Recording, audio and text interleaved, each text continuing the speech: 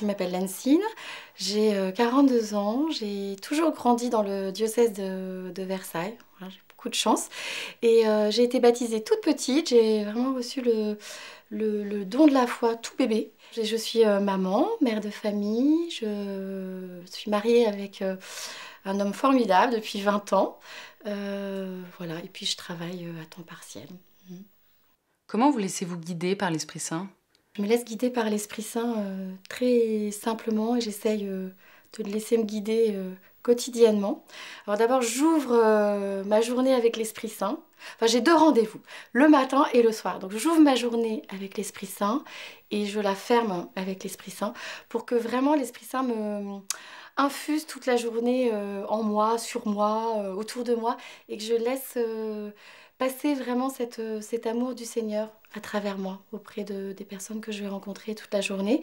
Et puis après, toute la journée, concrètement, avec l'Esprit Saint, c'est très simple, j'envoie pas de mail ou d'SMS, mais toute la journée, voilà, je lui dis, bah, là, Esprit Saint, soit à la source de mes paroles, soit à la source de mes pensées, soit à la racine de mes attitudes.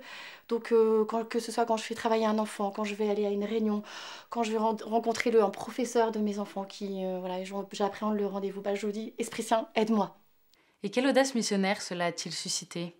Alors l'Esprit Saint, c'est vraiment un moteur incroyable pour la mission. Il est un peu comme avec un vélo, quand on commence à pédaler, ben, avec l'Esprit Saint, je trouve qu'il nous entraîne. On commence à pédaler avec l'Esprit Saint, puis il nous entraîne, il nous entraîne. Alors il y a quelques années, il y a 3 4 ans, j'ai eu cet immense cadeau, cette grande grâce de recevoir, d'entendre vraiment un appel de l'Esprit Saint pour rendre visible la joie de Noël. Vraiment pour, dans ma ville, très simplement, autour de moi. Alors concrètement, l'Esprit Saint m'a donné la force de mettre mes petits talents, mes petites mains au service d'un jeu qu'on avait appelé la balade des santons, qui s'est déployé pendant 3 semaines, pendant tout l'Avent, avec les commerçants de ma ville, donc de Chatou. Alors cette force aussi m'a donné cette audace. Au début, les prêtres m'avaient dit, bon Lansine, si tu as 20 commerçants, ça va être génial, hein, déjà ça le fait. Et puis finalement, on en a eu plus de 100. Plus de 100 ont répondu présent pour déployer le jeu. Vous voyez, l'Esprit Saint, il ne fait pas les choses à moitié, il nous donne la force de déployer les choses. Et autre audace, c'est qu'il m'a aussi, certes c'était moi qui étais à l'origine du projet, mais il m'a envoyé plein d'ouvriers pour déployer ce jeu. Et chacun avec ses talents a contribué à ce que le jeu soit un moment extraordinaire de joie et puis vraiment un temps d'annonce de cette joie de Noël dans la ville. Qu'est-ce qui vous a émerveillé dans ce déploiement? Alors, ce qui m'a émerveillée dans le déploiement de cette audace, et notamment de ce jeu, là, la balade des santons, ça a d'abord été la très grande joie qui s'est... vraiment une joie qui était spirituelle, c'est-à-dire qu'une joie qui s'est diffusée tout au long du jeu, à travers les personnes qui ont participé au jeu.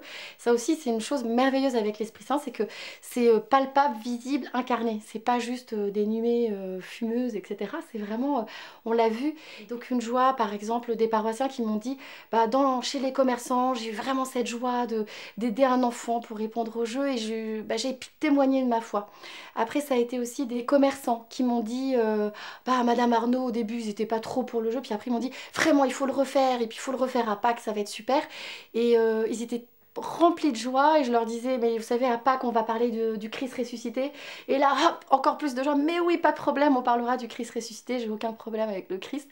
Donc, cette grande joie qui s'est diffusée. Et puis, une unité qui s'est renforcée, un esprit de communion qu'on a vraiment expérimenté pendant cette période du jeu, de préparation et de déploiement du jeu.